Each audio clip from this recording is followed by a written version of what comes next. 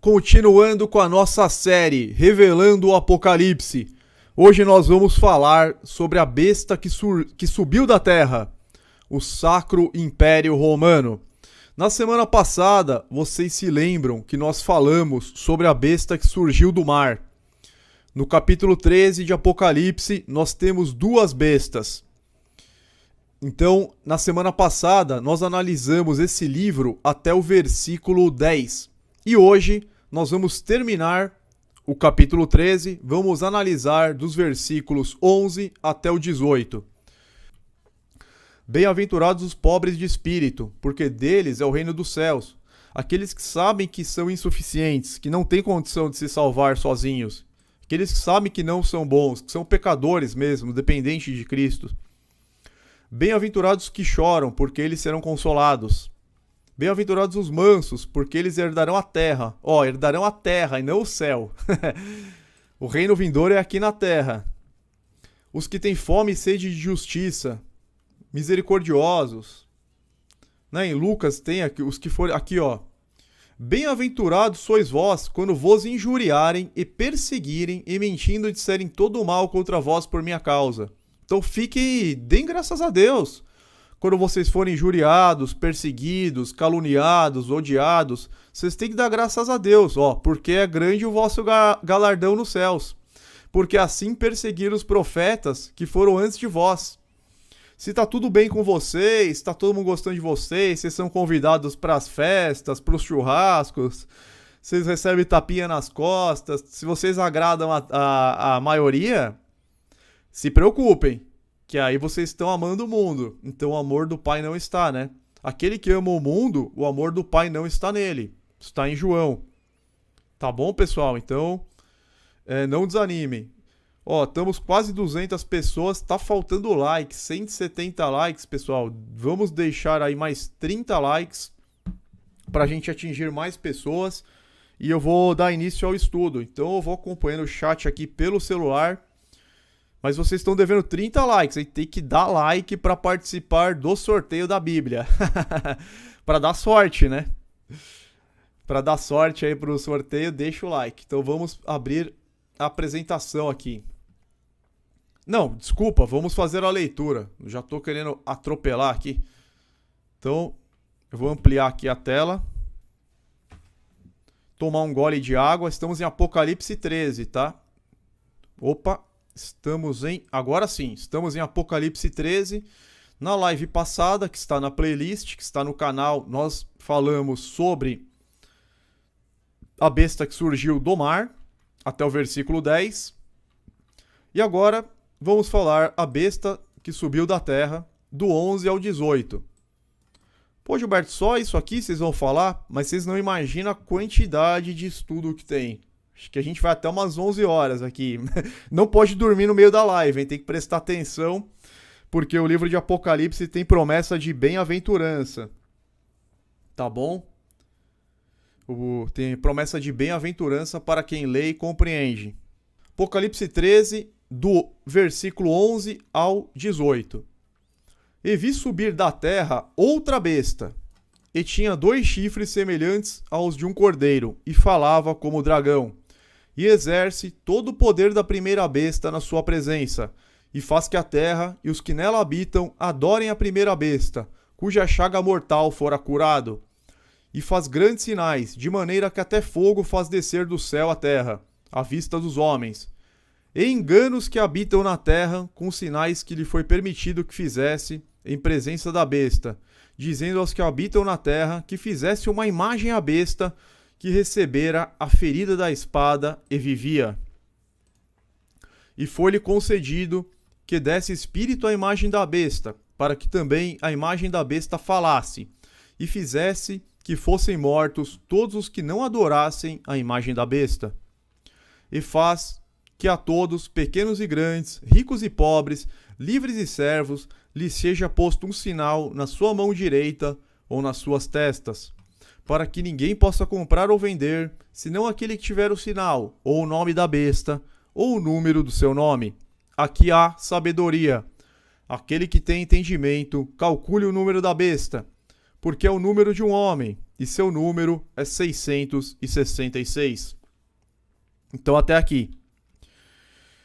Vocês podem perceber que eles falam aqui, ó, que foram mortos aqueles que não adoraram a besta.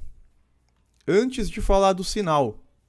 Ó, logo no versículo seguinte: e fizesse que fossem mortos todos que não adorassem a imagem da besta. Eles estão falando, a Bíblia está falando aqui de adoração. Morte para quem não adorasse. E ela continua. E faz isso com todos, pequenos e grandes, ricos e pobres, ou seja, toda a humanidade, livres e servos. O sinal, vocês vão entender que é espiritual, na mão ou nas suas testas, para que ninguém possa comprar ou vender, senão aquele que tiver o sinal, ou o nome da besta, ou o número do seu nome, entendeu? Nem a própria Bíblia fala que tem que ter o sinal. Ela fala ou o nome, ou o número do seu nome. Isso é uma coisa espiritual, é uma coisa de adoração. Mas a gente vai chegar lá, vocês já vão entender perfeitamente, tá? E vão sair desse engano aí maligno que tá pegando a internet inteira. Impressionante, cara. Tá pegando a internet inteira e ainda as pessoas acham que estão despertas. Mas vamos lá. Fazer uma breve introdução. Apesar de a gente ter falado na live passada, primeiro surgiu uma besta da terra, do mar, desculpa. Né? Primeiro surgiu uma besta do mar. E uma das suas cabeças, ela tinha sido ferida de morte. E a sua chaga mortal foi curada. E toda a terra se maravilhou após a besta. Então, essa primeira besta que a gente falou na semana passada, como que ela teve uma ferida mortal que foi curada e todo mundo se maravilhou? É aquele resumo que eu já passei para vocês. O Império Romano Ocidental, ele passou por 4 invasões bárbaras. Então teve a invasão dos godos, teve a invasão dos vândalos, teve a invasão dos hunos e a invasão dos érolos. E essas invasões, nós também fizemos esse estudo, tá? Também tem esse estudo na playlist. E essas invasões, elas destruíram o Império Romano Ocidental. Só ficou o Império Bizantino. Então foi essa a ferida mortal. Só que ela conseguiu se recuperar. Incrivelmente, a Roma conseguiu voltar, entendeu? A gente explicou na semana passada. Então essa foi a ferida mortal que eles conseguiram se recuperar. A invasão dos bárbaros. Por isso que eles falam, quem é semelhante à besta? Quem poderá batalhar contra ela? Porque como que ela resistiu a 4 invasões bárbaras, que supostamente teria destruído ela? Como que ela conseguiu voltar, né? E aterrorizar os santos, ó, fazer guerra aos santos e vencê-los? Então é isso. Aí o que acontece? Esse Império Romano Ocidental, ele vai se transformar no Sacro Império Romano. Aí sim é a outra besta. Na verdade, continua sendo o Império Romano, mas com outra roupagem, de outra forma, entendeu? Esse Sacro Império é aquele que teve a Santa Inquisição, várias coisas. Vocês vão entender. Eu vou para a introdução aqui, a gente vai acompanhando junto na apostila. Não se assuste, ela é grande, mas eu não vou ler ela inteira, tá? Eu vou ler só os principais trechos. Então, introdução. Como vamos estudar apenas a besta que sobe da terra, porque a do mar nós estudamos na semana passada, que é Apocalipse 13, de 11 a 18, que nós lemos, de antemão é bom saber que os versos anteriores, 1 a 10, retratam aspectos do antigo Império Romano. Então, considerado a sequência da narrativa profética, temos que buscar a explicação dos versos 11 a 18 na história imediatamente posterior à queda do Império Romano. Foi o que eu falei para vocês. Teve a queda do Império Romano pelas invasões bárbaras. A interpretação tem que casar a sequência da narrativa profética com a sequência da narrativa histórica. Não devemos a bel prazer associarmos com qualquer outro momento da história. Então, já destrói esse negócio de chip, entendeu? Não tem como você pegar um acontecimento agora, de 2019 para frente. Porque não daria certo com a sequência histórica. Só isso já quebra aquela história de chip. Mas vamos lá, vocês vão entender. Outra forma que não siga essa condição básica é torcer a interpretação. Assim, se os versos 1 a 10 falam do Império Romano, os versos 11 a 18 falam do Sacro Império Romano. Ele é o reino que se seguiu ao Império Romano. Essa é a sequência da história e também a sequência da profecia, como ficará comprovado a seguir. Então, o que é isso aqui? Ó? Eu vi subir da terra outra besta, tinha 2 chifres semelhantes aos de um cordeiro, e falava como dragão. Então vamos para o verso 11. A besta. O que é a besta? Algumas pessoas elas defendem que a marca da besta é tal coisa, mas não sabem nem identificar a besta. Já teve gente que falou, não, a besta é o anticristo, a besta é um líder que vai vir do Oriente Médio, a besta... Cada um fala uma... Já ouvi falar que a besta era alienígena, robô. Então é isso que as pessoas procuram, né? Esses sensacionalismos baratos aí, sem base. Mas na verdade, besta significa um reino, uma nação, um povo, conforme Daniel 7,17. Interpretação bíblica. Está em evidência o Sacro Império Romano, que foi mais ou menos do ano 800 a 1806. Ele teve 2 fases. O Império Franco, iniciado com Carlos Magno, e depois como Império Germânico, de 962 até o final, iniciado com Otto I. Ele surgiu como restauração do antigo Império Romano. Esse antigo Império Romano, que foi destruído pelos bárbaros, ele perdurou de 168 a.C. até o século V, até quase o final do século V, 476 depois de Cristo. E aí ele caiu sobre as levantes bárbaras. Só que quase mais de 300 anos depois, ele ressurge. Por isso que a ferida mortal foi curada. Ele ressurge como Sacro Império Romano. Então, na citação que segue, Walker, página 267, confirma que o surgimento do Império Franco foi a restauração do antigo Império Romano. Então, tem uma citação aqui, ó. Não é de surpreender, por conseguinte, que o Papa Leão II, grande devedor de Carlos Magno, em virtude da proteção por este concedida contra as ameaças dos nobres romanos, houvesse colocado sobre a fronte do rei dos francos a coroa imperial romana na igreja de São Pedro no dia de Natal, do ano 800. Tanto para o povo romano que presenciara a cerimônia, como para o Ocidente em geral. Era a restauração do Império do Ocidente, o qual durante séculos estivera sob o poder governante sediado em Constantinopla. Então vocês lembram, pelos estudos que nós fizemos anteriormente, que quando caiu o Império Romano do Ocidente, ficou ainda prevalecendo Constantinopla, que era a sede do Império Romano Bizantino, ou seja, do Império Romano Ocidental. E depois, lá pelo século, se eu não me engano, entre o século XI e o XV, no século XV que foi derrotado, né, que foram destruídos os muros de Constantinopla com a utilização de canhões. Então, só estava vigorando o Império Bizantino. Só que aí teve o reavivamento. Teve o reavivamento dessa besta, com uma nova roupagem. O ato colocou Carlos Magno na grande linha sucessória que remontava a Augusto. Atribuiu também ao Império caráter teocrático. Inesperadamente, na época, não muito ao gosto de Carlos Magno, era a encarnação visível de um grande ideal.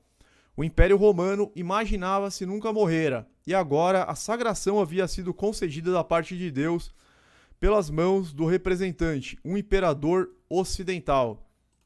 Então aqui nós temos na Wikipedia confirmando isso, né? Carlos Magno, aqui ele foi o primeiro imperador do Sacro Império Romano, de 800 até sua morte. Então a história, ela confirma essa nossa interpretação. Por isso que ficaria muito complicado para alguém tentar refutar. Porque como que a pessoa vai refutar tanto a Bíblia quanto os fatos históricos? E aqui nós temos o Sacro Império Romano Germânico também. Depois eu vou deixar os links para vocês na descrição. Então a história ela confirma exatamente o que nós estamos falando aqui nesse estudo, que é apenas um compilado, tá? Por que ela subiu da terra? Por que o livro de Apocalipse fala que ela subiu da terra? Justamente porque ela ocupou o território da outra besta, o antigo Império Romano. Descarta-se então a possibilidade de ser os Estados Unidos, Israel ou qualquer outra nação. Então não tem como você concluir que seria uma outra nação. É uma sequência lógica, não tem como fugir disso. Tinha 2 chifres de cordeiro. Por que isso? Os chifres, como nós vimos na live passada e nas anteriores, eles representam poderes. Veja Daniel 7:24, mais uma chave de interpretação bíblica. Neste caso, os poderes espirituais e temporais exercidos pelos imperadores que se consideravam representantes de Deus na Terra. Então, os imperadores, eles agiam ao mesmo tempo como reis e sacerdotes. Eles submetiam a igreja a seu domínio. Mais tarde, o papado assumiu essas características e passou a submeter os imperadores à sua vontade. Esta passagem pode ser entendida sem prejuízo nenhum como o poder dos imperadores e o poder dos papas separadamente. A característica de cordeiro é pelo fato de ser um reino cristianizado. Então, aí vocês já entendem os 2 chifres, tá?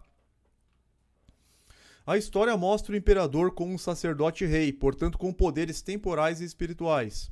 Algumas citações históricas. Durante o reinado de Carlos Magno, a igreja esteve submetida ao poder imperial, pois Carlos Magno considerava-se ao mesmo tempo rei e sacerdote. Citação aqui do livro de Arruda. Mais uma citação de Banfiel, página 75. O monarca encarava o seu novo papel como algo bem diferente daqueles dos antigos romanos, pois via-se não apenas como imperador, mas como imperador cristão. Raras vezes um homem teve tanto poder, seja espiritual ou temporal, ou conseguia realizar tantos feitos. Então aqui está explicado os poderes, certo? Os chifres representam poderes, deixar destacado aqui. Falava como dragão. Várias vozes aparecem no Apocalipse. Expressões como boca, vozes, falar, etc. Sempre ligados com uma mensagem. Os 4 animais falam em Apocalipse 6:1. Os trovões falaram em Apocalipse 10:4. A primeira besta recebeu uma boca para falar. Nós vimos que a boca era do Papa, lembra? Apocalipse 13:5. Isso a gente estudou bem recente. Então, falar é a condição para se emitir uma ordem. É uma figura de ordenar ou de legislar. E dragão é a cultura das nações, conforme Apocalipse 12:9 e 13:1. Apesar de se considerar cristão, o Sacro Império Romano elaborou muitas leis com base na cultura pagã e impunha aos homens como se elas fossem divinas. Isso a gente sabe, né? Pelo catolicismo, mesmo o protestantismo, ele não conseguiu se livrar de todo o paganismo. Tem aí a trindade, imortalidade da alma dos condenados, heliocentrismo, guarda do domingo, Sunday, né? Adoração ao sol. Então, essa cultura pagã, hoje ela atinge 100% do sistema religioso. Por isso que a ordem de Deus é sair, porque não tem mais como, entendeu? Já está totalmente corrompido. Por isso que a ordem de Deus é sair do sistema. Vamos lá. O grande mérito de Magno foi o de legislador e dedicou-se imensamente a codificar as leis de diversos povos, a compor sermões nos quais exortava o povo à obediência das leis da igreja. O papado também emitiu muitas ordenanças, principalmente religiosas, que misturavam os ensinamentos pagãos com cristãos. Isso aqui é o grande problema, misturar os ensinamentos pagãos com cristãos. Hoje nós temos pregações que são pagãs.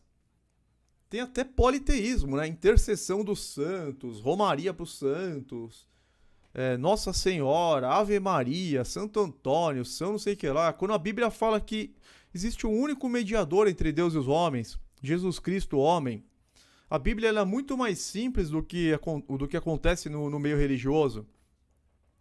Então, por essas características históricas, é que a besta falava como dragão.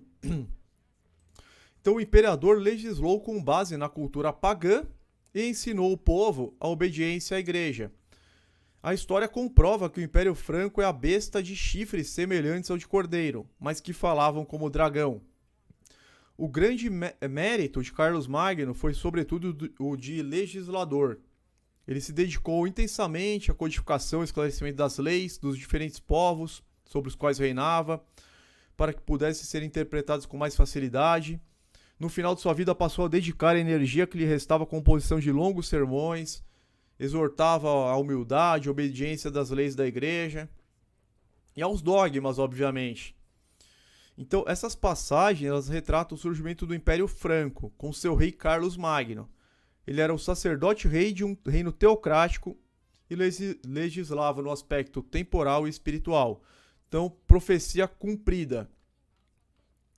Passando para o verso 12, deixa eu ver se alguém tem alguma dúvida aí no chat. Dá uma olhada aqui pelo YouTube. Pessoal, agradecer a presença de 236 pessoas. Esse é o estudo mais completo que vocês vão ver em toda a internet sobre Apocalipse 13, pessoal. Juntamente com a live da semana passada. Vai ser da internet mundial, vai ser o estudo mais completo. Verso 12. Exerce todo o poder da primeira besta na sua presença, e faz que a terra e os que nela habitam adorem a primeira besta, cuja chaga mortal fora curada. Então a gente falou da chaga mortal que foi curada, né? Que ela se recuperou da invasão dos bárbaros. Vamos analisar item a item. Todo o poder da primeira besta na sua presença. O que isso significa? Significa governar com a mesma autoridade e no mesmo território do antigo Império Romano, e na mesma linhagem de poder. Não podia governar através do mar, onde Roma nunca tinha governado. Novamente, descarta-se qualquer outra nação que não seja em território europeu, principalmente Estados Unidos, como algumas interpretações sugerem. A coroação de Carlos Magno como imperador romano é o restabelecimento da linha sucessória dos Césares. Como disse Walker, o ato colocou Carlos Magno na grande linha sucessória que remontava a Augusto. Portanto, ela exerce todo o poder da primeira besta. Por isso que é o mesmo império, mas com uma nova roupagem. Mas por isso que não podia ser um império totalmente diferente. Adorem a primeira besta, cuja chaga mortal fora curada. Destacar aqui, chaga significa ausência de poder político ou falta de influência de qualquer ordem, né? Que eles tinham perdido todo o poder, tinham sido destruídos. Veja Jeremias 30:17, mais uma chave de interpretação. O fato é que não existia imperador em Roma desde o final do século V. Lembra? Nós falamos aqui do século V, ó, tudo tem que se encaixar. Aqui em cima nós falamos, aqui ó, final do século V. Tá vendo como se encaixa? Perfeito? Por isso que não vem ninguém debater, né? Mas tudo bem. Então vamos lá. Onde eu parei? Não existia imperador em Roma desde o final do século V, obviamente. Somente Constantinopla no Oriente. Império Bizantino, também falamos.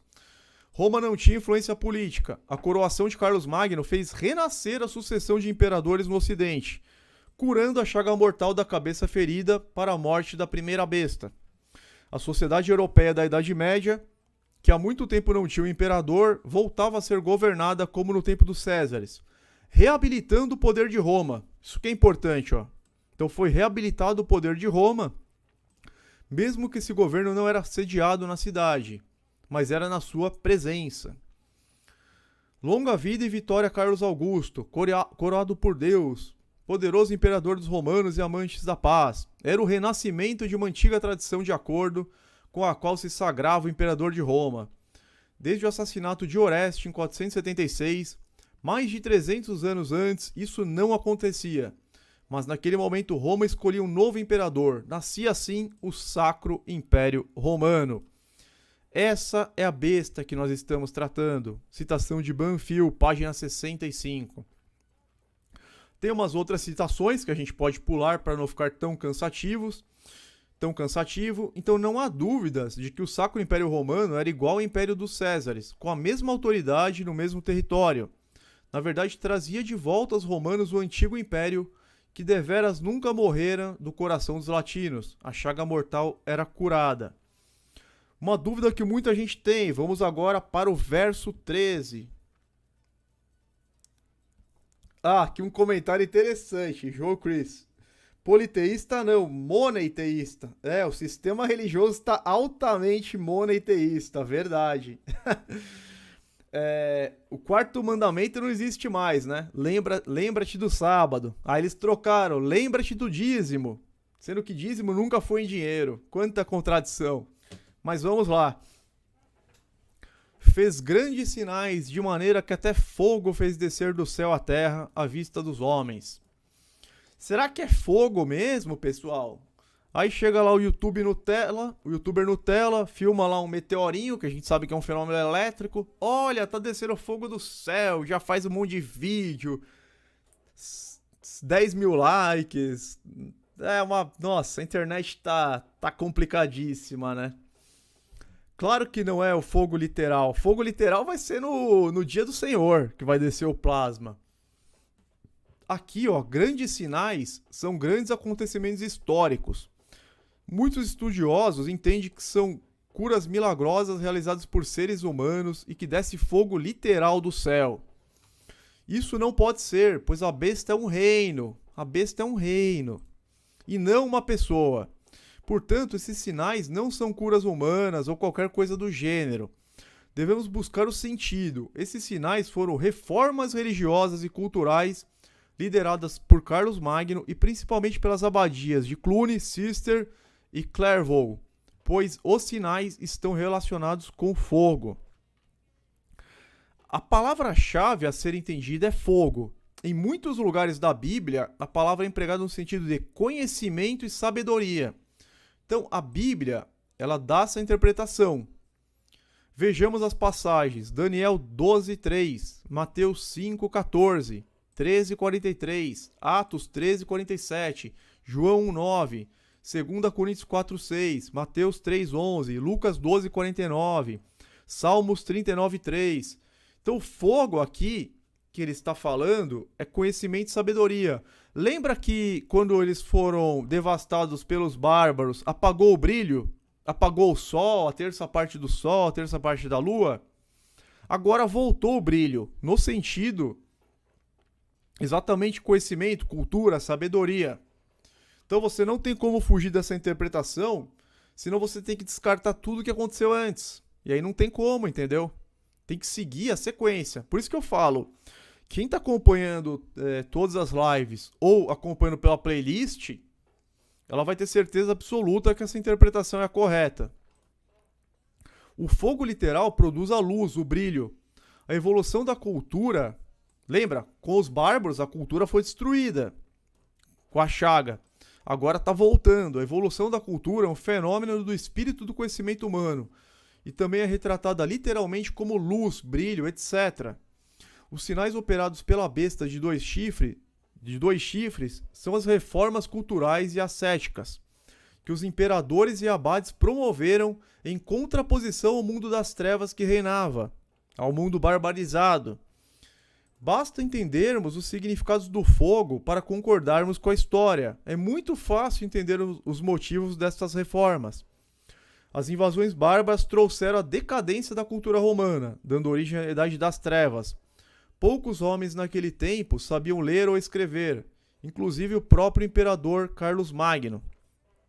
Então nós estudamos, né, que à medida que iam tocando as trombetas, quando tocou a quarta trombeta, se eu não me engano, foi retirada 1/3 do brilho do sol, da lua, das estrelas. Toda a cultura praticamente.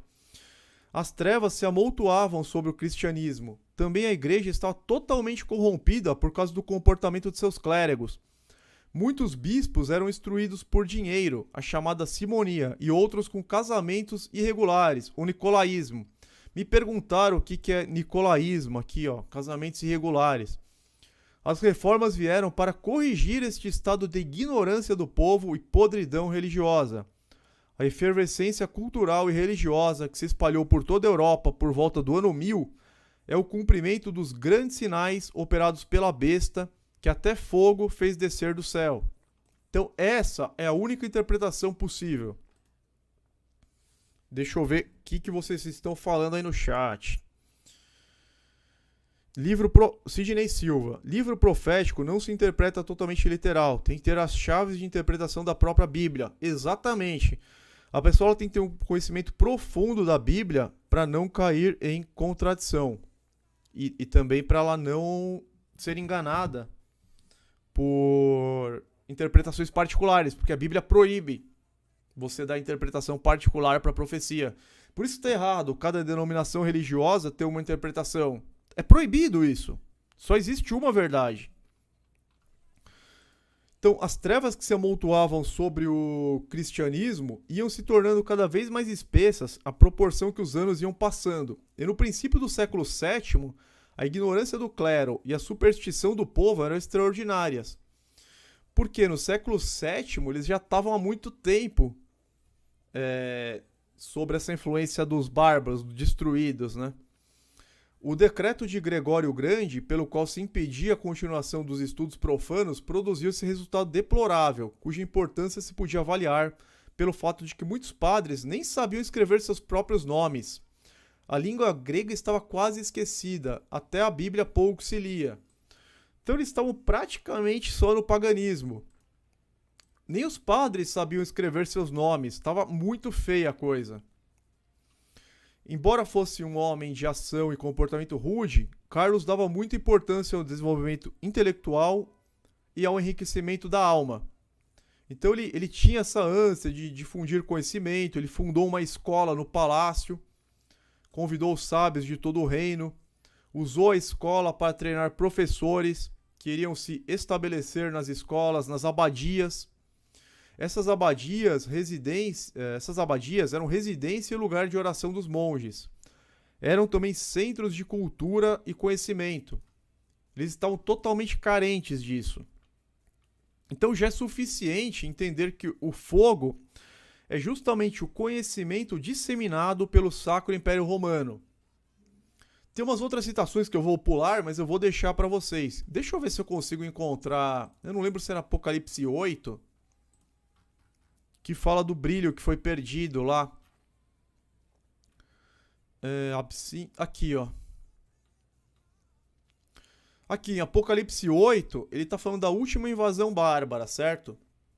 Ao Império Romano Ocidental. Só para vocês verem como a interpretação está correta. E o quarto anjo tocou a sua trombeta. Então, a quarta trombeta, a última invasão bárbara.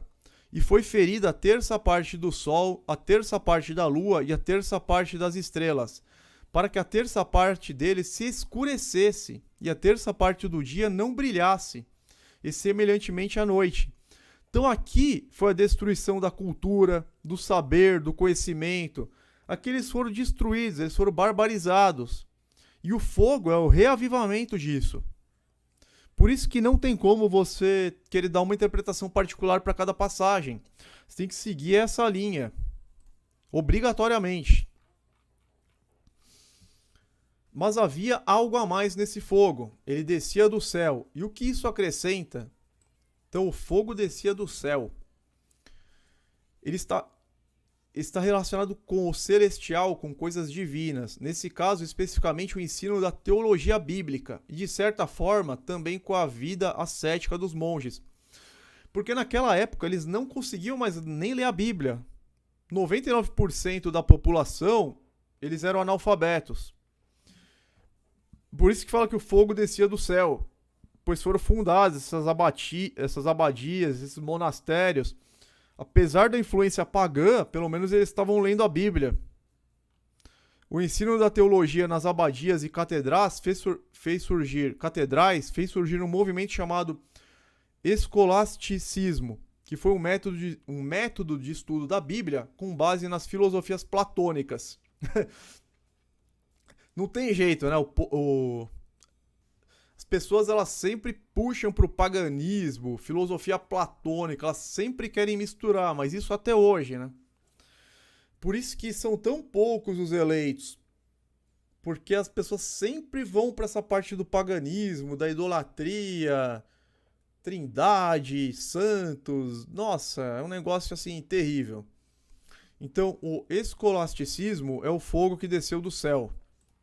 O que era isso? Era um método de pesquisa filosófica e teológica que objetivava uma melhor compreensão dos preceitos cristãos pelo processo da definição e da argumentação sistemática. Os escritos de Aristóteles, traduzidos do grego para o latim por Boécio, e de Santo Agostinho tiveram um papel de destaque no desenvolvimento do pensamento escolástico. Isso está na Nova Enciclopédia Ilustrada, Folha, na página 306 do volume 1, tá bom? Todas as citações vou deixar aqui, ó. Tem muito mais citações, mas eu não quero fazer uma live cansativa. Eu quero que vocês entendam. Entre discórdias e diversos pontos de vista teológicos, a filosofia neoplatônica foi aplicada ao estudo da Bíblia. Infelizmente não foi um estudo puro, né? Também é uma besta. Uma combinação do uso moderado do método dialético com intenso misticismo neoplatônico se encontra na obra de Hugo D. S. Vitor, 1097 a 1141. Ele viveu. O método filosófico do estudo de Deus tomou conta em São Tomás de Aquino. Segundo Aquino, com quem o escolasticismo alcançou o apogeu, o alvo de toda investigação teológica é proporcionar conhecimento de Deus e da origem e do destino do homem. Esse conhecimento se obtém, ao menos em parte, pela razão, teologia natural.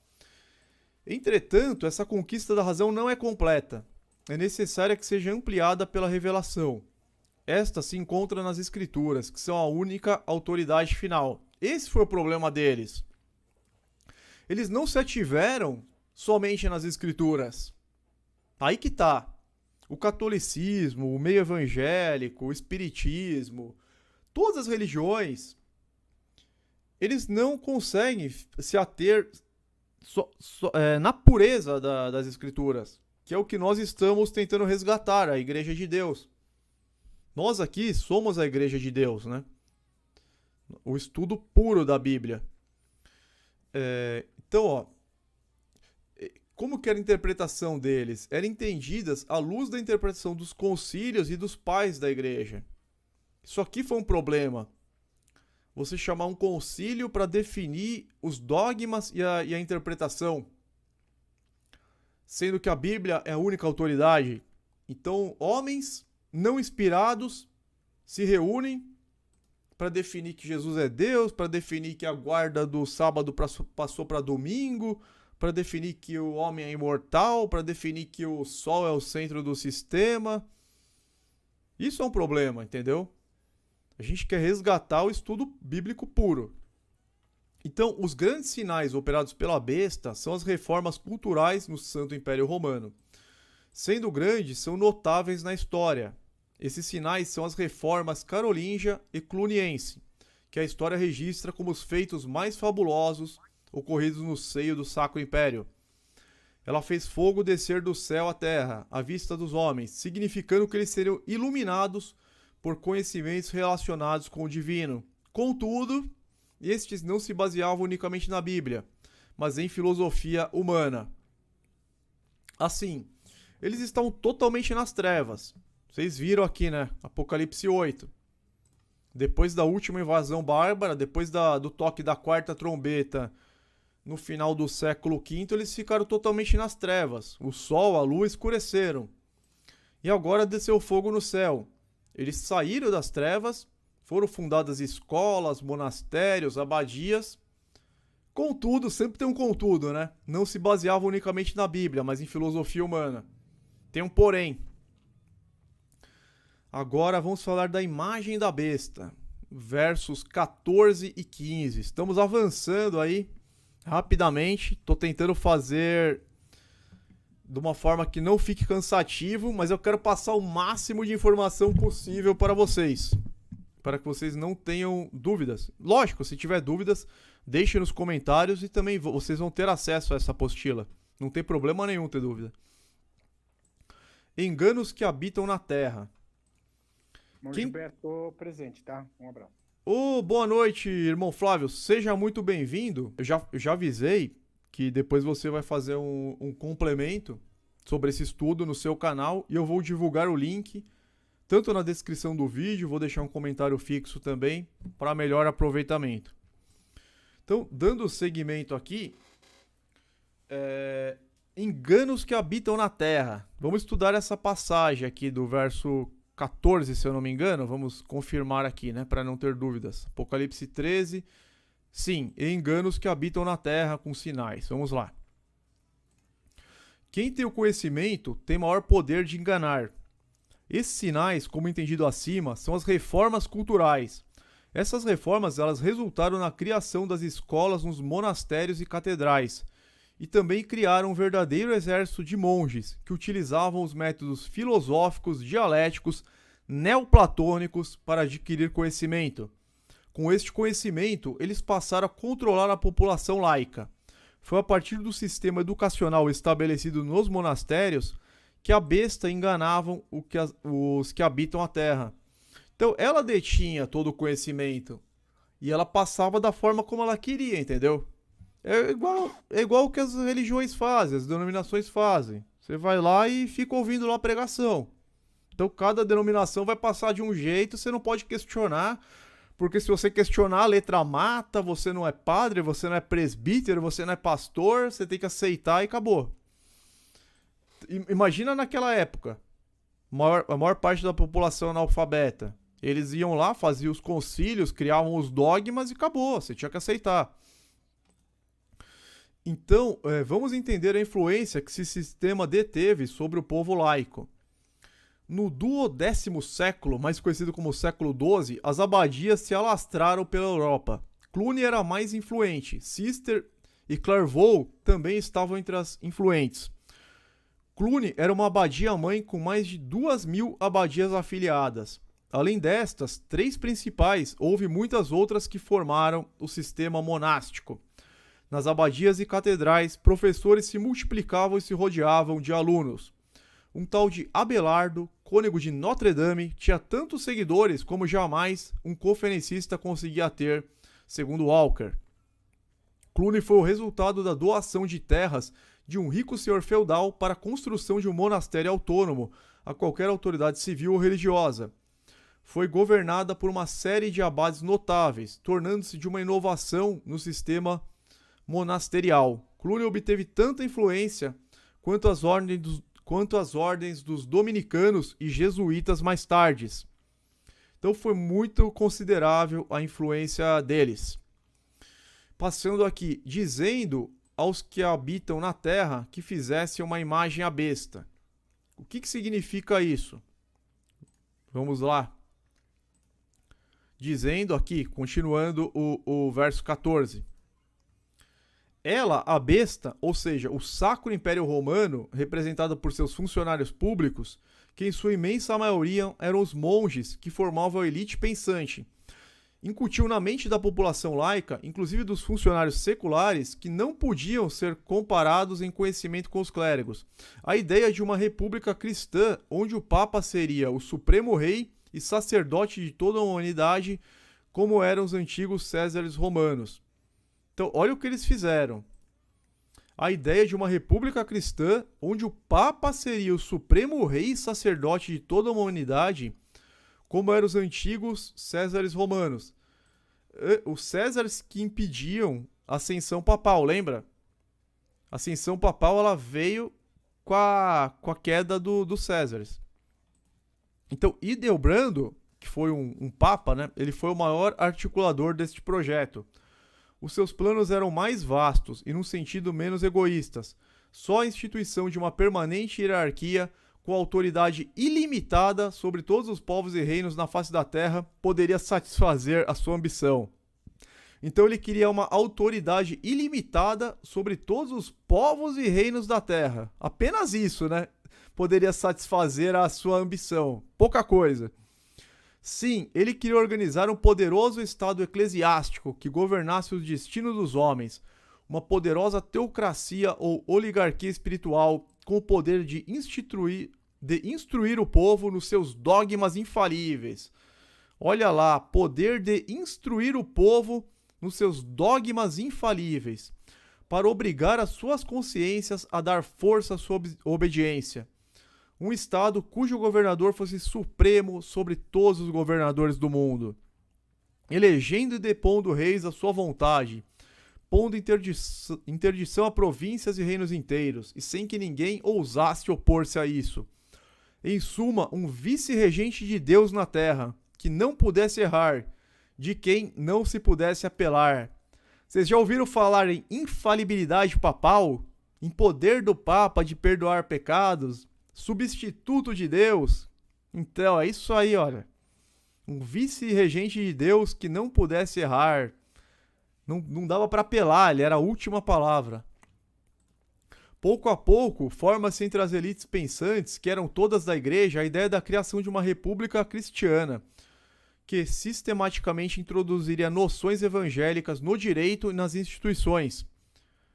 Nós temos o direito romano. Na verdade, o nosso direito de hoje, o nosso Código Civil, que é utilizado hoje, e também o Código de Processo Civil, ele tem forte influência do direito romano. O código anterior, que vigorou até 2001, ele era praticamente o Código de Direito Romano. O Código Civil que a gente usou de 1916 até 2001. Eu estudei isso na faculdade. Inclusive, na faculdade, eu tive aula de Direito Romano, de tão forte que é a influência. Esse império, herdeiro do Império Romano, deveria ser colocado nas mãos de um homem que a providência designaria ao Papa, que depois de Gregório o Grande apareceria como a mais alta autoridade do antigo mundo romano. Então, a Igreja era a instituição universal da época e o Papa, como seu cabeça, exercia em consequência tão grande autoridade do que qualquer outro aspirante. Em muitos sentidos, na verdade, a Igreja era comparada com o antigo Império Romano, cujo território e organização administrativa tinha se sobreposto. E todos consideravam o Papa como consideravam o imperador. Então ele virou assim um imperador, um sumo sacerdote. A influência intelectual dos monges, a participação do clero na administração pública, o poderio econômico da Igreja, a importância política que os sistemas monasteriais possuíam, os planos políticos e eclesiásticos que elaboraram, implicou-se na construção de uma imagem à besta. Os clérigos detinham poder sobre a sociedade e enganavam seus habitantes. Então eles tinham todo o poder sobre a sociedade, eles que faziam todas as interpretações, os dogmas, o Papa tinha todo o poder. Depois vocês vão ver que esse poder ele é até impressionante o que eles chegaram a fazer com reis, né, com imperadores. Era a imagem da besta. Pode falar, irmão Flávio. Interessante que a linguagem da Bíblia é imagem da besta, né? Quer dizer, besta nós já sabemos que é um império. Imagem da besta significa um império dentro de outro império. O primeiro império que nós estudamos na semana passada, que surgiu do mar, que é o Império Romano.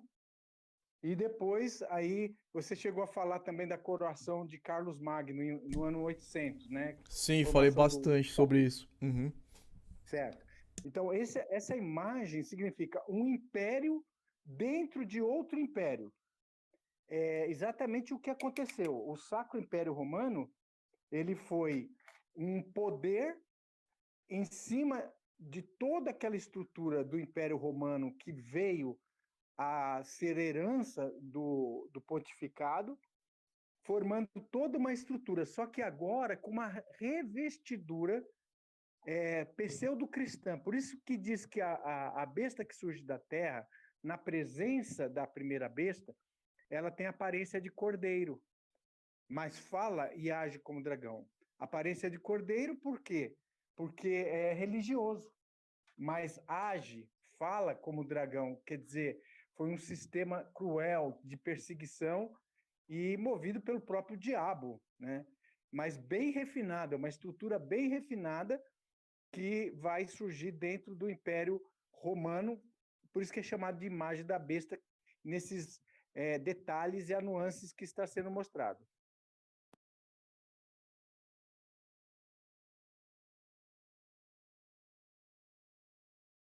Perfeito. Desculpa, estava mutado aqui. Perfeito. Muito bem colocado.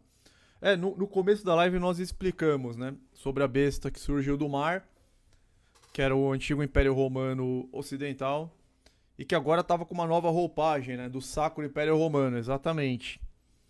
Então, dando seguimento aqui. Então, esse espírito de autonomia, ele se deu através da transferência gradual de poder das mãos dos imperadores para o papado. Então, foi era isso que eles tinham elaborado, entendeu? Passar o poder para o papado, tirado dos imperadores, dos césares. As ordens monásticas serviram de base para este processo. Foi na abadia de Cluny que se concretizou a ideia da supremacia papal e foi resultado de um secular debate. A questão central era sobre o direito de instituir poder aos bispos. Era do Papa ou do imperador? O papado obteve até certo ponto a vitória e passou a controlar os bispos. Como estes eram em sua imensa maioria senhores feudais ou agentes do governo, boa parte das terras da Europa, bem como uma imensa força política, ficou sob a tutela do Papa. A partir daí, o sistema administrativo papal alcançou um grau de aperfeiçoamento tal que era superior ao do antigo Império Romano. Com mais poder, a imagem da besta estava pronta para falar, isto é, criar leis, ordens e normas para a sociedade. Então, a imagem da besta, à medida que ela foi se consolidando, que ela foi ganhando poder, que ela foi ganhando estatura, importância, influência, ela também ganhou poder para falar, ou seja, criar leis, ordens e normas para toda a sociedade. O ápice deste poder de falar da besta foi a Santa Inquisição.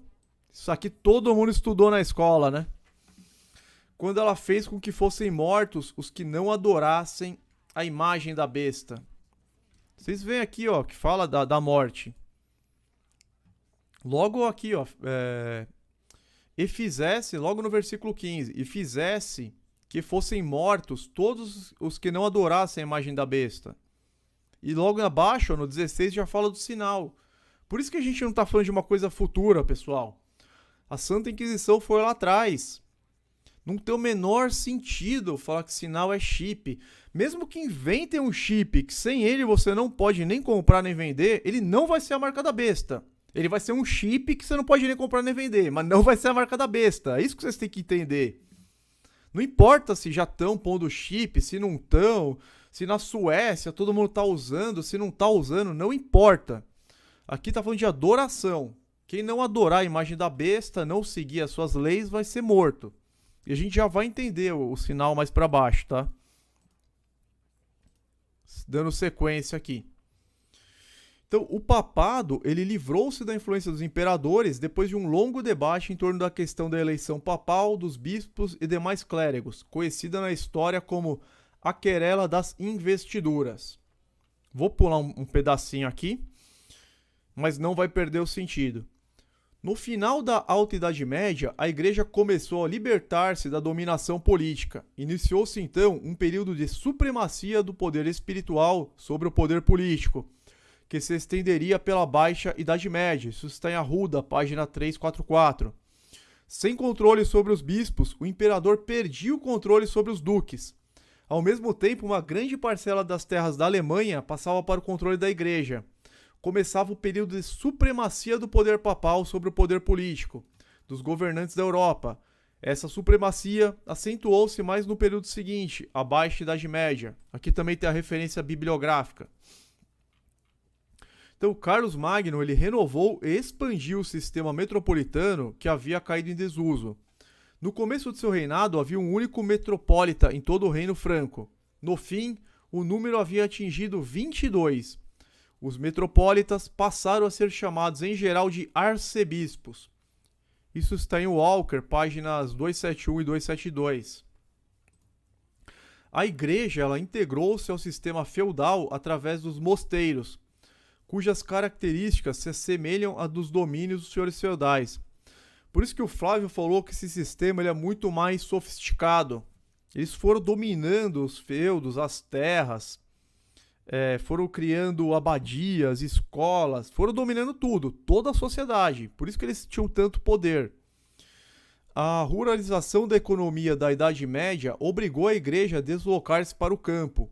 Os bispados e os abades se transformaram em verdadeiros senhores feudais. Além disso, a igreja tinha o monopólio da cultura. Saber ler e escrever na Idade Média era um privilégio de bispos, padres e monges. Então imagina a facilidade que eles tinham para controlar. Hoje a pessoa está sendo enganada, mas ela tem a opção de chegar em casa e ler a Bíblia. Ela está sendo enganada pelo pastor porque ela tem comichão nos ouvidos.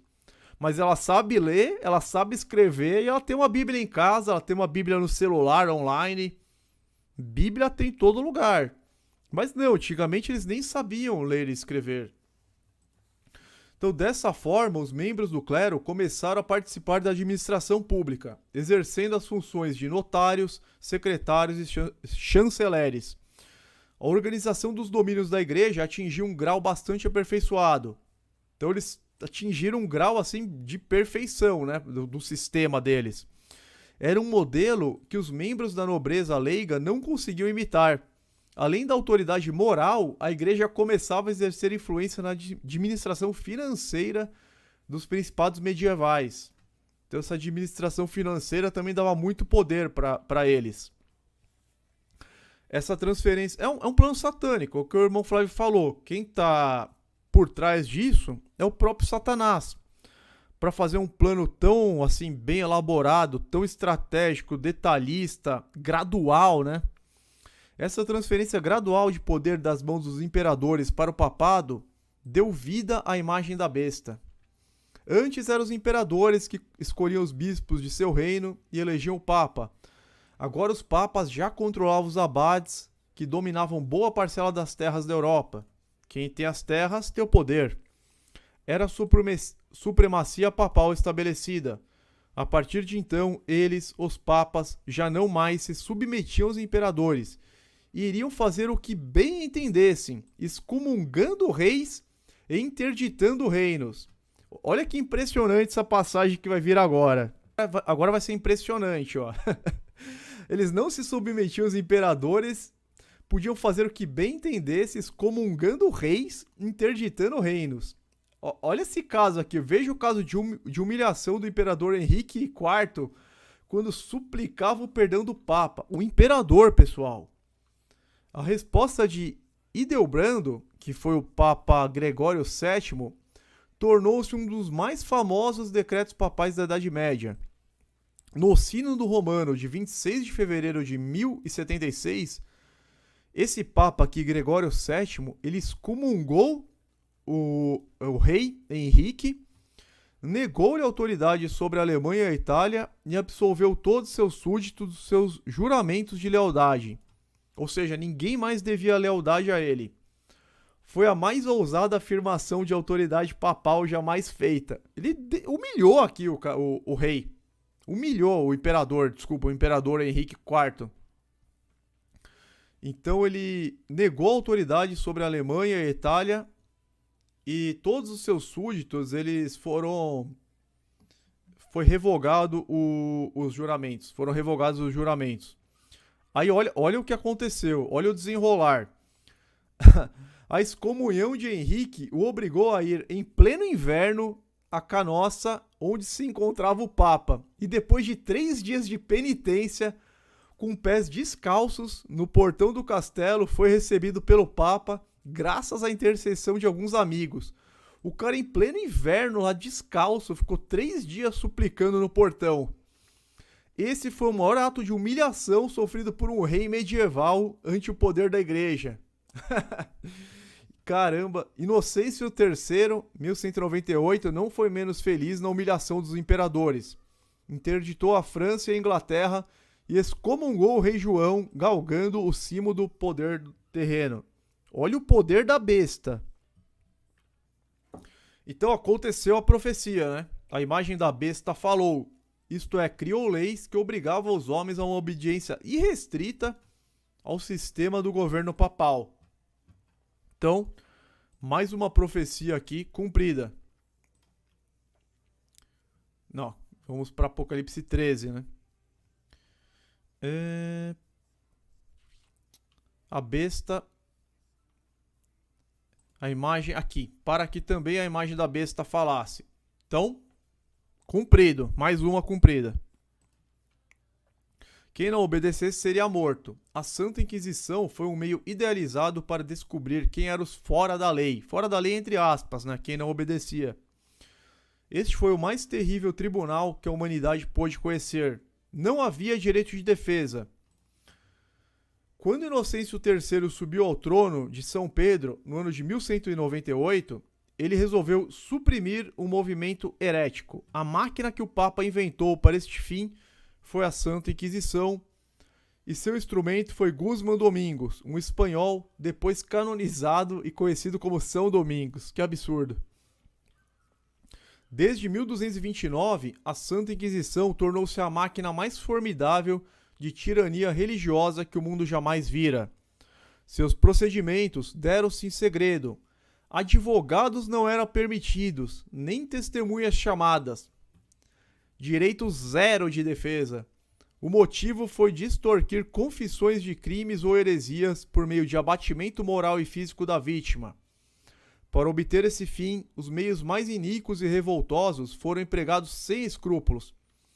Foram utilizados sutilezas, mentira, engano e torturas cruéis. Eram 3 graus de castigo. Então, aqueles que fizessem a submissão completa eram admitidos à penitência. Aqueles que não deram satisfação completa foram encarcerados para a vida, prisão perpétua, porque não aceitaram a submissão total. E todos os que recusaram a confessar foram condenados a ser queimados. Foram queimados vivos. Steinheit, páginas 171 e 172. A Inquisição se desenvolveu rapidamente até se tornar um órgão temível. Agia secretamente, os nomes dos acusadores não eram levados ao conhecimento dos prisioneiros, os quais, por uma bula de Inocêncio IV, datada de 1252, eram passíveis de tortura.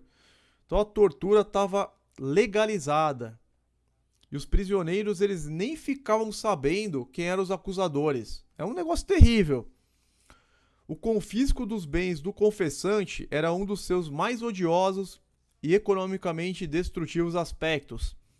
E sendo as autoridades seculares participantes deles, fez com que fosse mantido vivo o fogo da perseguição, que de outro modo se extinguiria. Então vamos aqui para a imagem da besta. Então, como nós vimos, a imagem da besta foi um sistema de governo elaborado pela sociedade europeia, semelhante ao governo do Antigo Império. Teve o apoio da sociedade em geral, mais precisamente a sociedade clerical. A formação desse sistema foi um processo gradativo que durou do século IX até o final do século XI. A influência papal sobre o clero aumentou enquanto a dos imperadores diminuiu. Vocês viram que eles humilharam alguns imperadores, os papas. O sistema papal ganhou forças para promulgar leis. Quem não se submetesse a essas ordenanças da igreja era passivo de tortura e até morte na fogueira. A imagem da besta estava consolidada e fazia que fossem mortos os que não a adorassem. Tá? Então a gente já viu aqui. E fizesse que fossem mortos todos os que não adorassem a imagem da besta. Mais uma profecia cumprida. Deixa eu ver o que o pessoal tá falando aí no chat.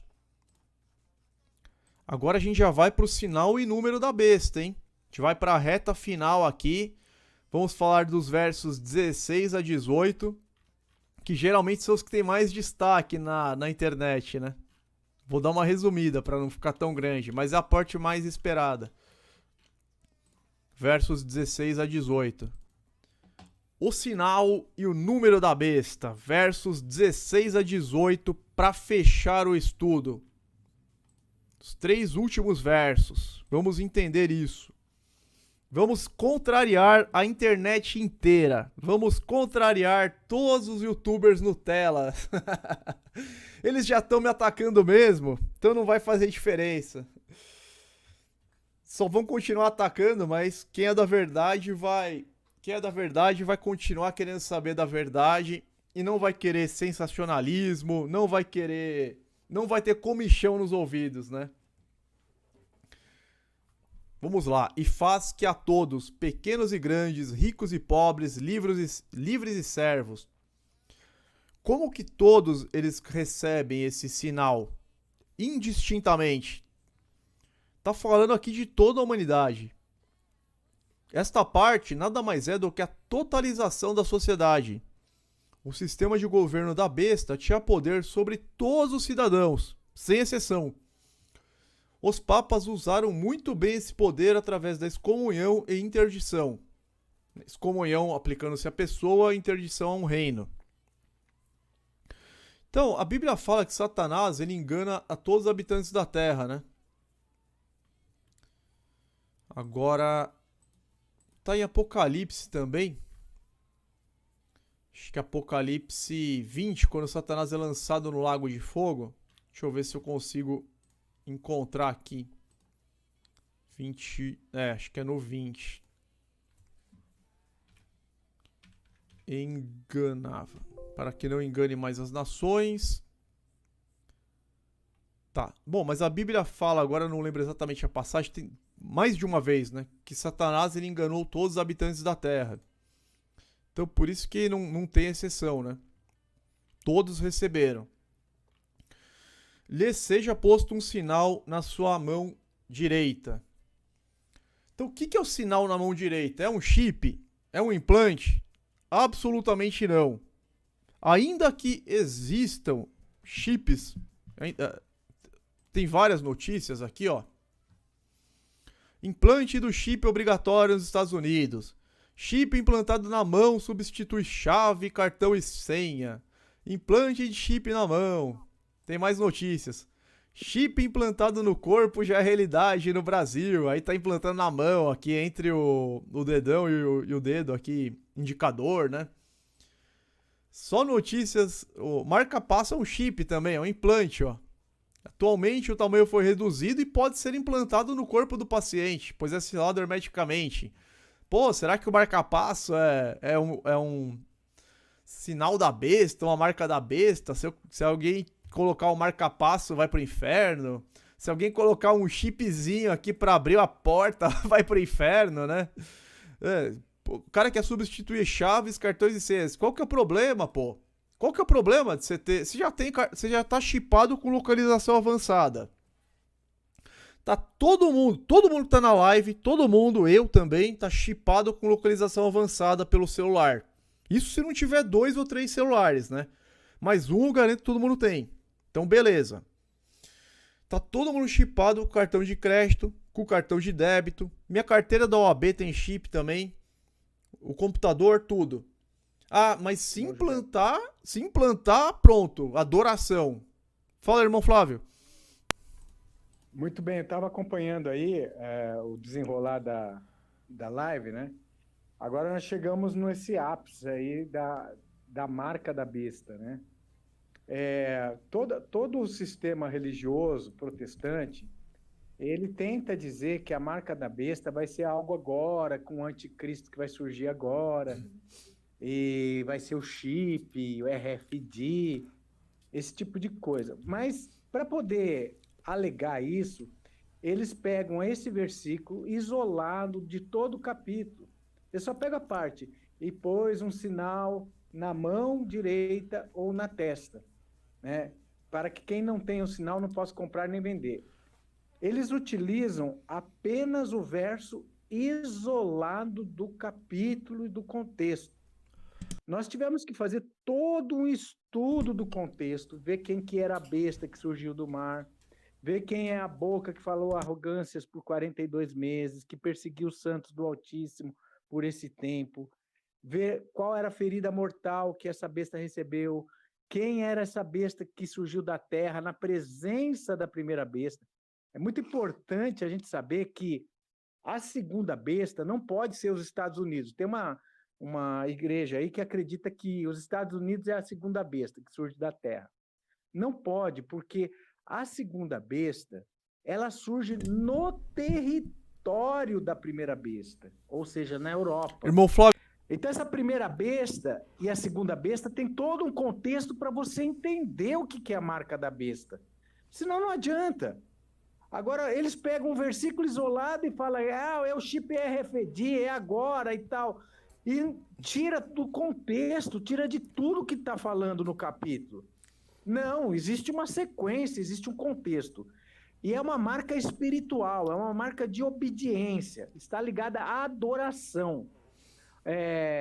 Um chip que a pessoa coloca de RFID ela não está ligada a uma adoração. Ah, você tem que receber esse chip aqui para adorar o sistema. Não, por enquanto não. É uma coisa tecnológica apenas. A marca da besta, ela está ligada à submissão, à adoração. Perfeito, exatamente. Ligado à submissão e adoração. Não é porque tá tendo implante de chips em alguns países para alguma coisa, para você entrar na sua empresa, substituindo chave, cartão, senha. Isso não é adoração, isso não é submissão. Não importa, pode sair todo dia uma notícia de chip. Não é o que essa passagem está falando. Vocês estão vendo, a gente está interpretando desde lá do início, entendeu?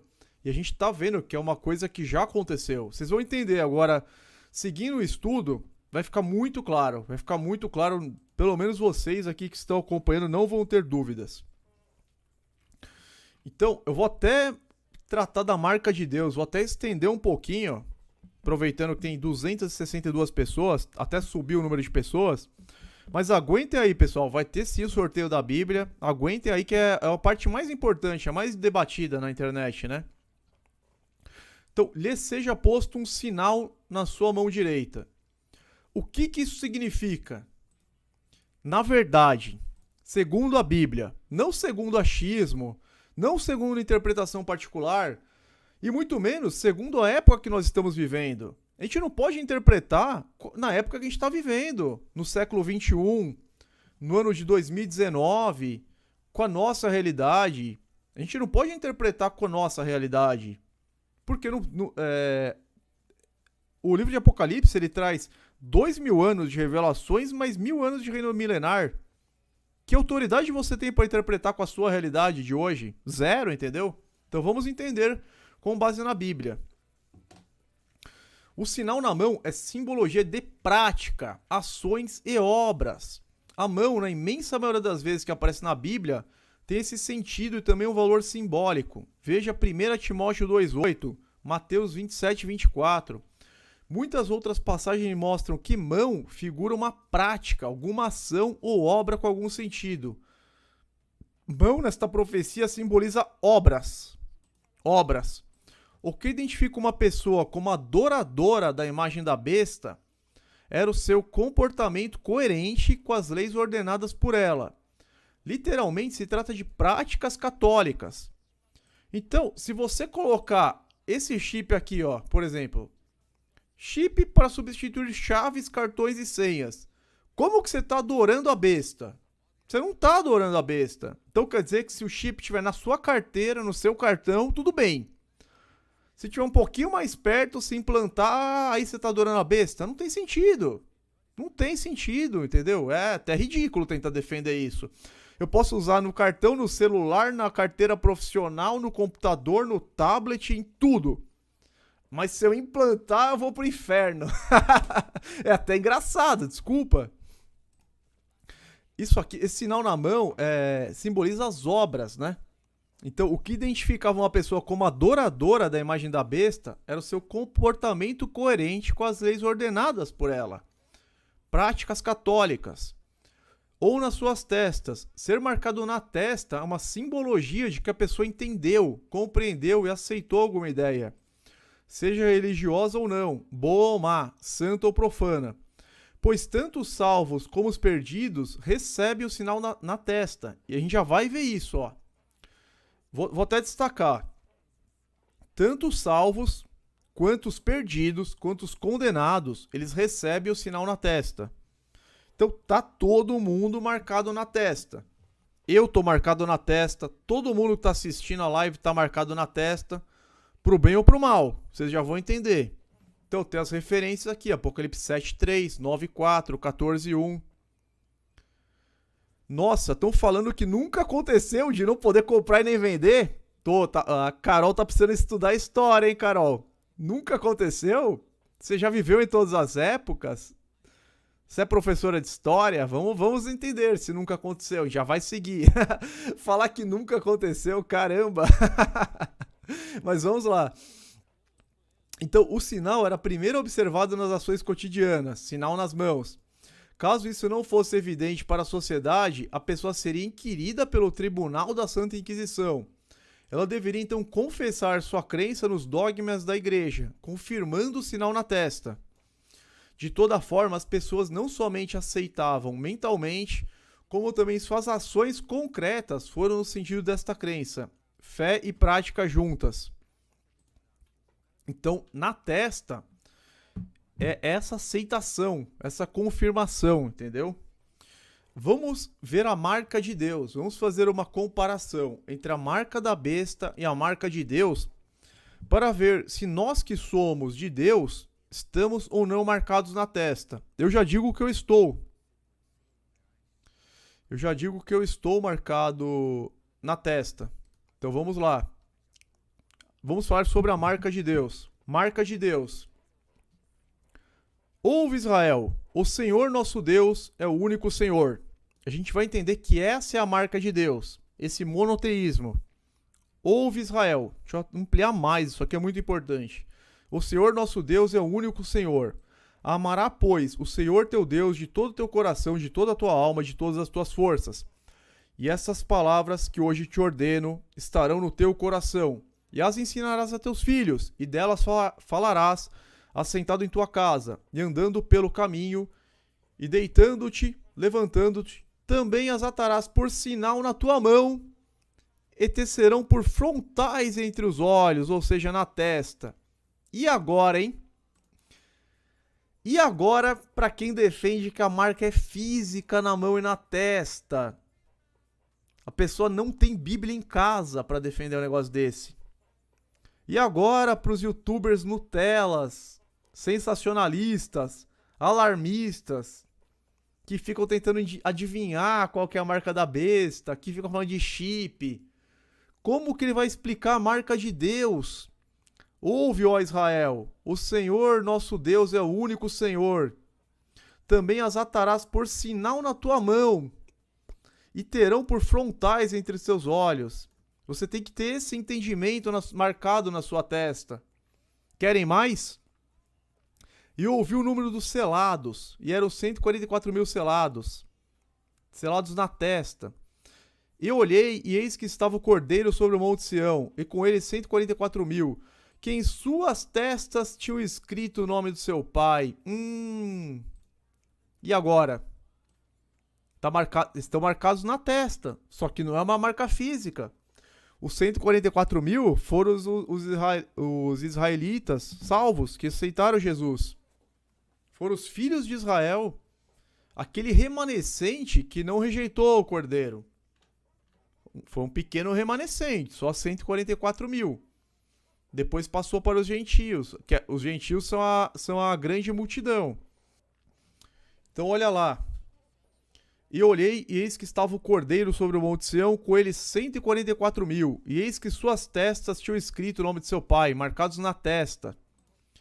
Vamos para Efésios, vamos para Efésios 1, 13 a 14. Nele, quando vocês ouvirem e crerem na palavra da verdade, o evangelho que os salvou, vocês foram selados com o Espírito Santo da promessa.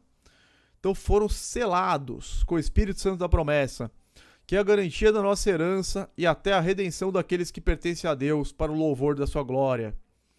Nos selou como sua propriedade e pôs seu Espírito em nossos corações como garantia do que está por vir. 2 Coríntios 1, 22. Então você selado na testa, você com marca na mão, é espiritual. A marca da besta, ela está em oposição à marca de Deus. A marca de Deus também vai marcar a mão e a testa. Mas também não é física. Não é física. É de adoração ao único Deus. Amarás, pois, o Senhor teu Deus. O Senhor nosso Deus é o único Senhor. É o contrário dessa crença da Trindade, entendeu? Então, voltando aqui pro versículo que nós estamos analisando.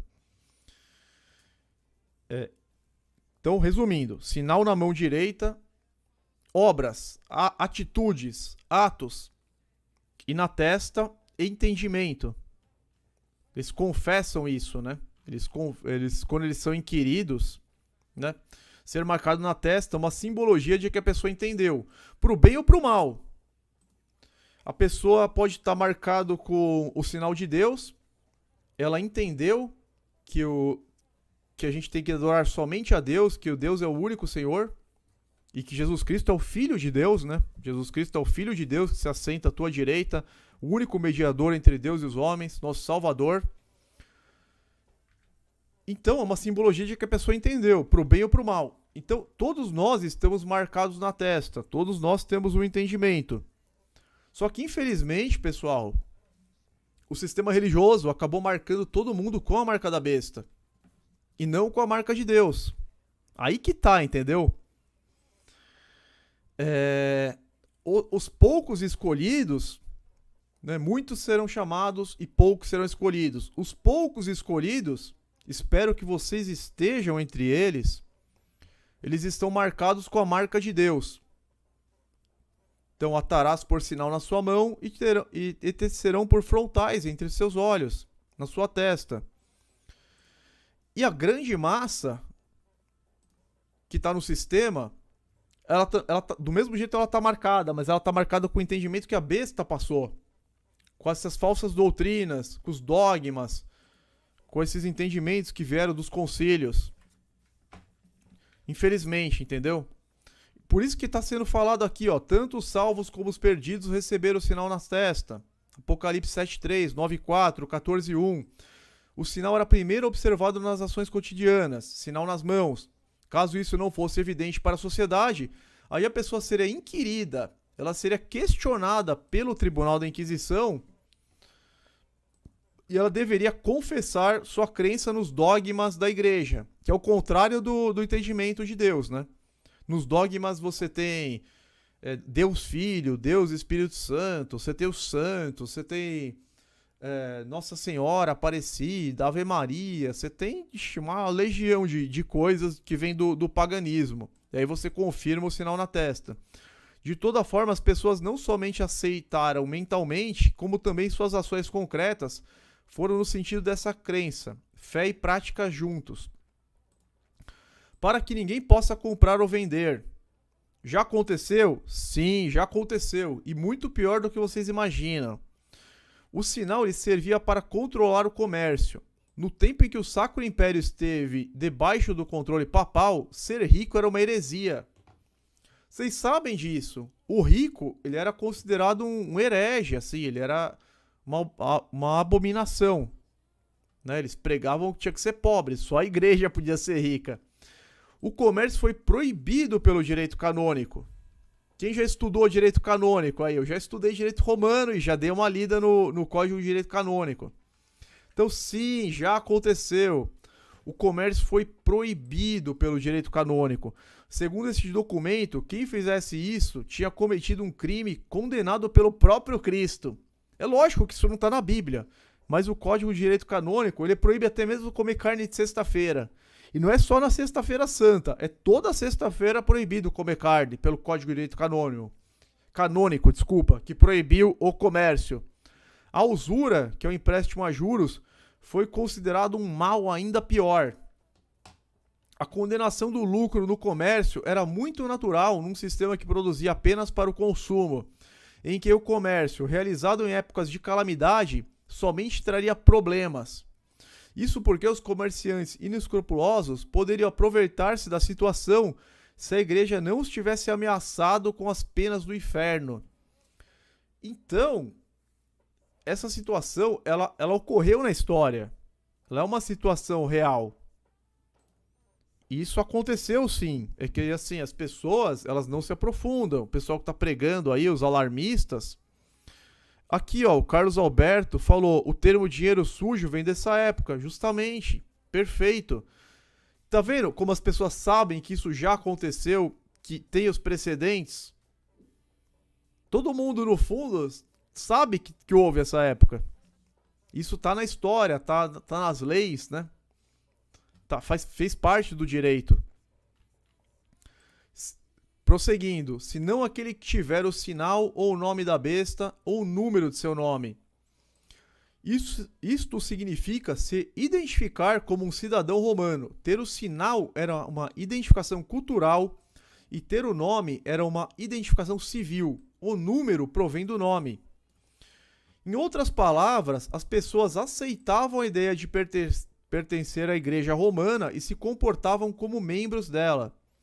Foi através da Igreja Católica Romana medieval, com seus credos e suas práticas religiosas, que tudo aconteceu.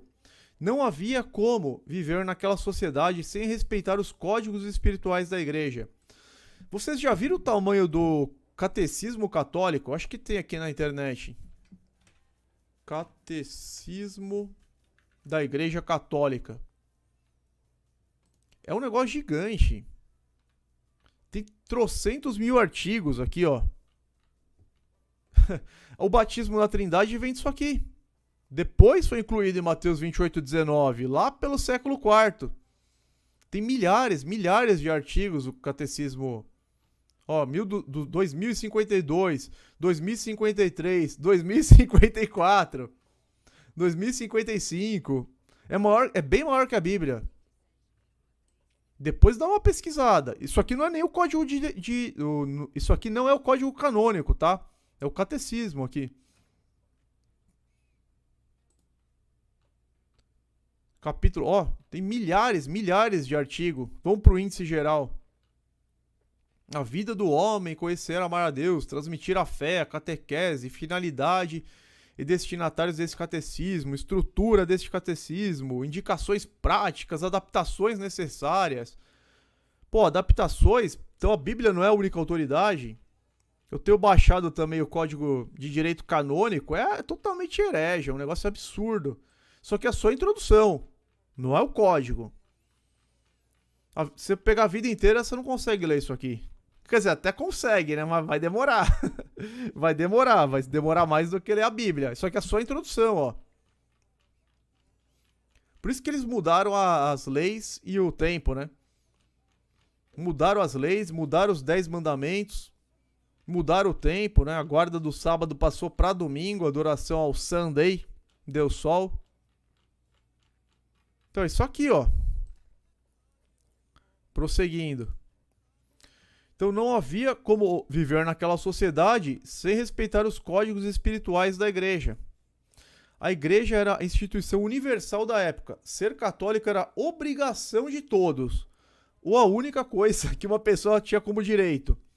Então seu único direito, que na verdade era uma obrigação, era ser católico. Era adorar a besta. As pessoas aceitavam o catolicismo ou tinham que ir embora do reino.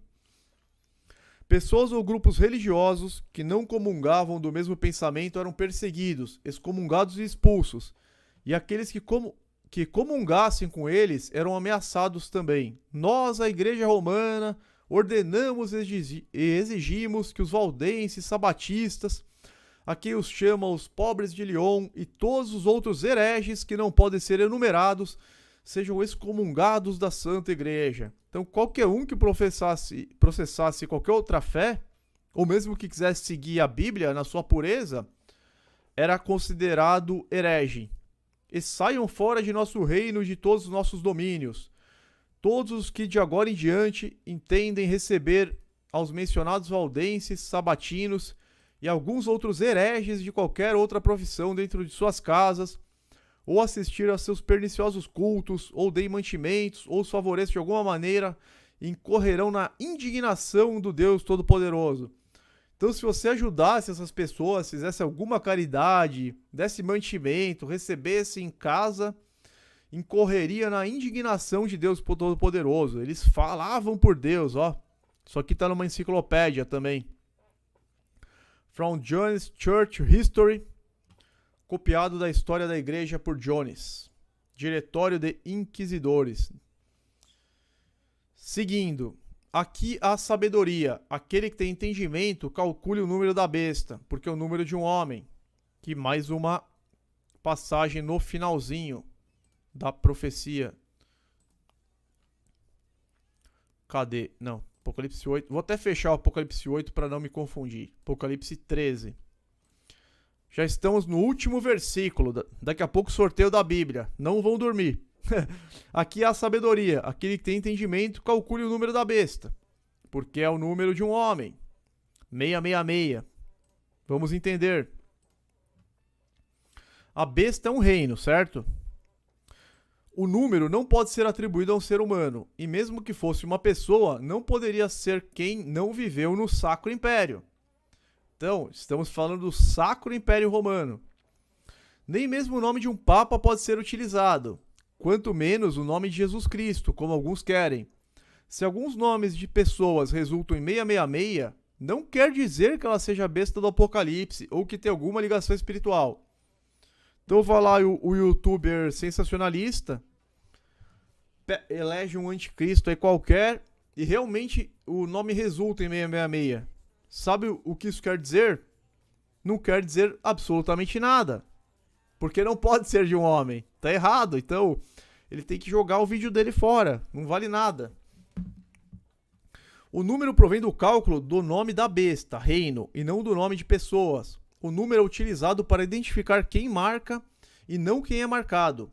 Quem tinha poder para marcar era a autoridade máxima dentro do Sacro Império Romano. Este poder era perseguidor da igreja.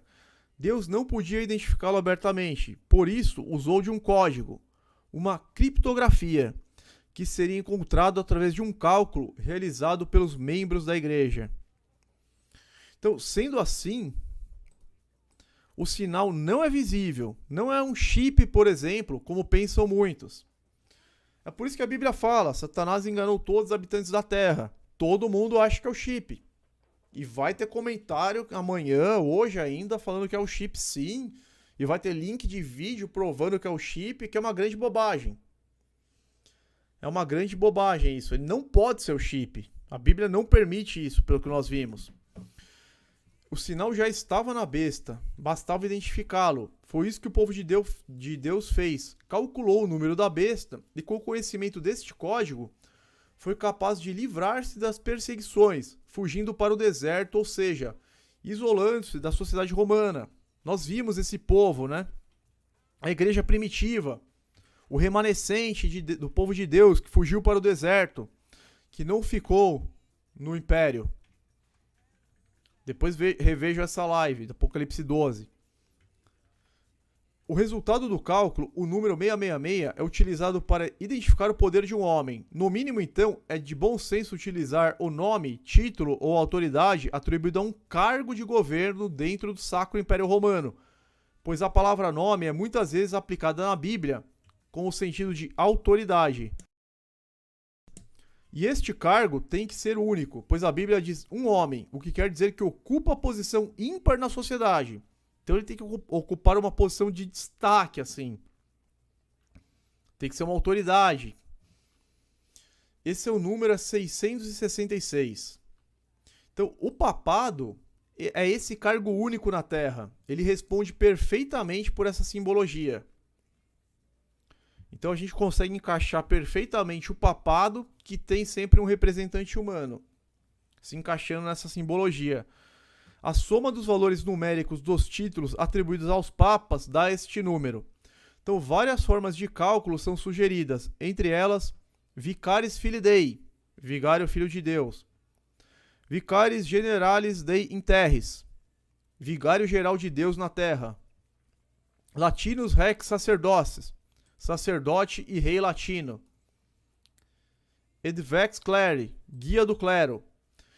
Então, se você pegar todos os títulos do Papa, utilizando o sistema de números romanos, aí você tem o D valendo 500, o C 100, L 50, X 10, V 5 e 1.